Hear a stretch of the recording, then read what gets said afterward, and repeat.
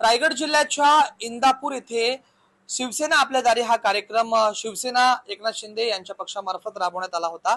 मात्र तो कार्यक्रम आयत्यावेळी रद्द झालेला आहे। यामागची काय पार्श्वभूमी सांगण्यासाठी माझ्यासोबत युवा सेनेचे प्रमुख विपुल उभारे आहेत। विपुलजी, एकंदरीत काय सांगाल, का कार्यक्रम कॅन्सल झालेला आहे? महाराष्ट्र राज्याचे मंत्री नामदार भरतशेठ गोगावले साहेब यांच्या मार्गदर्शनाखाली दक्षिण रायगड जिल्ह्यामध्ये शिवसेना आपल्या दारी हे अभियान गेल्या 6 महिन्यापासून आम्ही राबवत आहोत। गाव वाडी वस्तीवरील प्रत्येक नागरिकांपर्यंत शासनाच्या योजना पोहोचवण्याचा आमचा प्रामाणिक प्रयत्न आम्ही करत आहोत। पण आज जो इंदापूर या ठिकाणी आम्ही कार्यक्रम आयोजित केला होता, त्या कार्यक्रमामध्ये राष्ट्रवादी काँग्रेस पक्षाच्या नेत्यांनी बांधकाम कामगार विभागाचे अधिकारी यांच्यावर दबाव टाकून तो कार्यक्रम रद्द करण्यास भाग पाडलं। आम्ही सर्वप्रथम या घटनेचा जाहीर निषेध व्यक्त करतो, कारण ज्या गोरगरीब शेतकरी, कष्टकरी, मजूर यांच्यासाठी शासनाच्या योजना आहेत, त्या योजना आम्ही पोहोचवत असताना त्यांना लाभाचं वितरण खरं तर आज होणार होतं। 500-700 पेक्षा जास्त लाभार्थी महिला त्या ठिकाणी आल्या होत्या, पण राष्ट्रवादी काँग्रेस पक्षाच्या नेत्यांच्या दबावाखाली त्यांनी ज्या बांधकाम कामगार विभागाचे अधिकारी आहेत त्यांनी ते लाभाचं वाटप त्यांनी थांबवलं आणि माननीय नामदार भरतशेठ गोगावले साहेब यांच्याकडे आम्ही ती तक्रार केली आहे आणि लवकरच तो आज जरी कार्यक्रम रद्द करण्यात आला असला आणि त्यांच्याकडून सांगण्यात आलं की हा मतदारसंघ आमचा आहे, पण मतदारसंघ त्यांचा आहे की नाही आम्ही नाही सांगू शकत, पण हा तालुका आमचा आहे आणि या तालुक्यातील जनताही आमची आहे आणि त्या जनतेला सर्व शासकीय योजना असतील, बाकी सोयी सुविधा पोहोचवण्याचं कर्तव्य हे आमचं आहे। आणि शिवसेनेच्या माध्यमातून आम्हाला किती यांनी दडपशाही करण्याचा प्रयत्न केला तरी आम्ही आज त्यांना हे आव्हान देतोय की आम्ही ही योजना, आम्ही शासनाच्या अनेक योजना या आम्ही जनतेपर्यंत पोहोचवणार। तुम्ही किती रडीचा डाव खेळा आणि येणाऱ्या काळात ज्यांनी हा रडीचा डाव खेळलाय त्यांना जनता मतपेटीतून उत्तर दिल्याशिवाय राहणार नाही, हा सुद्धा इशारा या निमित्ताने देतो। एकंदरीत विविध योजना आपल्या पक्षामार्फत आपण जनतेपर्यंत पोहोचवत आहे, त्यामध्ये काय काय योजनेचा लाभ जनतेला मिळतोय?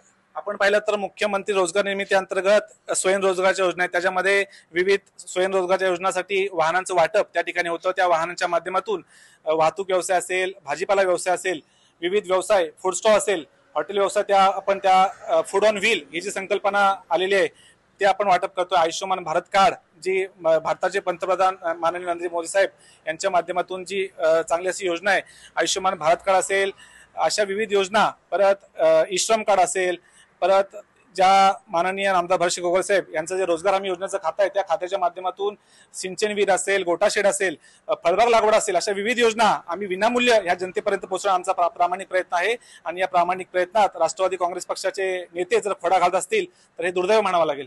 आज नेमकी प्रामुख्याने कोणती योजना आपण जनतेपर्यंत पोहोचवत होता? आज सर्वच योजना आम्ही जनतेपर्यंत पोहोचवत आहोत। आयुष्यमान भारत कार्ड असेल, फार्मर आयडी असेल आणि मुख्यमंत्री रोजगार निर्मिती योजनेअंतर्गत वाहनांचं वाटप असेल, या योजनांचा देखील लाभ आम्ही त्या ठिकाणी दिला। पण बांधकाम कामगारांसाठी जी योजना आपण राबवतोय त्याचा लाभ त्या ठिकाणी आम्ही देऊ शकलो नाही, कारण या राष्ट्रवादी काँग्रेस पक्षाच्या नेत्यांनी त्या बांधकाम कामगार विभागाच्या अधिकाऱ्यांवर दबाव टाकला। त्यांनी सांगितलं हा मतदारसंघ आमचा आहे आणि तो कार्यक्रम ते शिवसेनेवाले करू शकत नाही, पण हा रायगड जिल्हा आमचा, ही जनता आमची आहे आणि शिवसेना पक्षाने किती दबाव आणला, दडपशाही केली तरी सर्व योजना, आमचा जो उपक्रम आहे तो अविरत सुरू राहील, हा सुद्धा या निमित्त तुम्हाला शब्द येतो। आपण थेट राष्ट्रवादी काँग्रेस पार्टीवरती आरोप करता, त्याची काय पुष्टी आहे?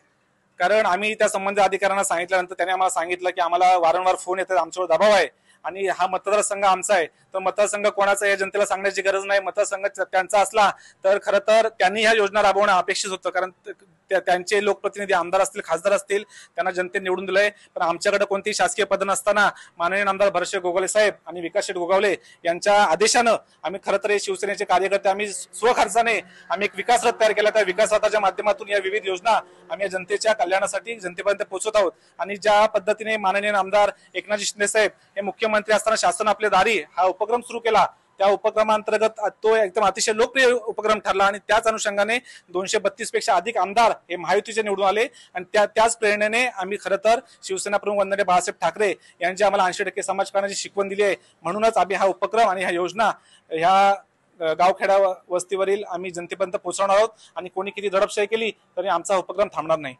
धन्यवाद विपुलजी। एकंदरीत आपण जर पाहिलं तर शिवसेना एकनाथ शिंदे पक्षामार्फत इंदापूर या ठिकाणी शासन आपल्या दारी अंतर्गत किंवा शिवसेना पक्ष अंतर्गत हा उपक्रम राबवण्यात आला होता। मात्र राष्ट्रवादी काँग्रेस पार्टीने दडपशाही करून त्या योजना जनतेपर्यंत पोहोचून न देण्याचा जो अधिकार दडपशाही केली, त्यामुळे योजना ज्या आहेत त्या पूर्णपणे जनतेपर्यंत पोहोचल्या नाहीत आणि हा कार्यक्रम जो आहे तो आयतोळी रद्द झालेला आहे। राज वैशंपायन, TVNN मराठी, इंदापूर, रायगड।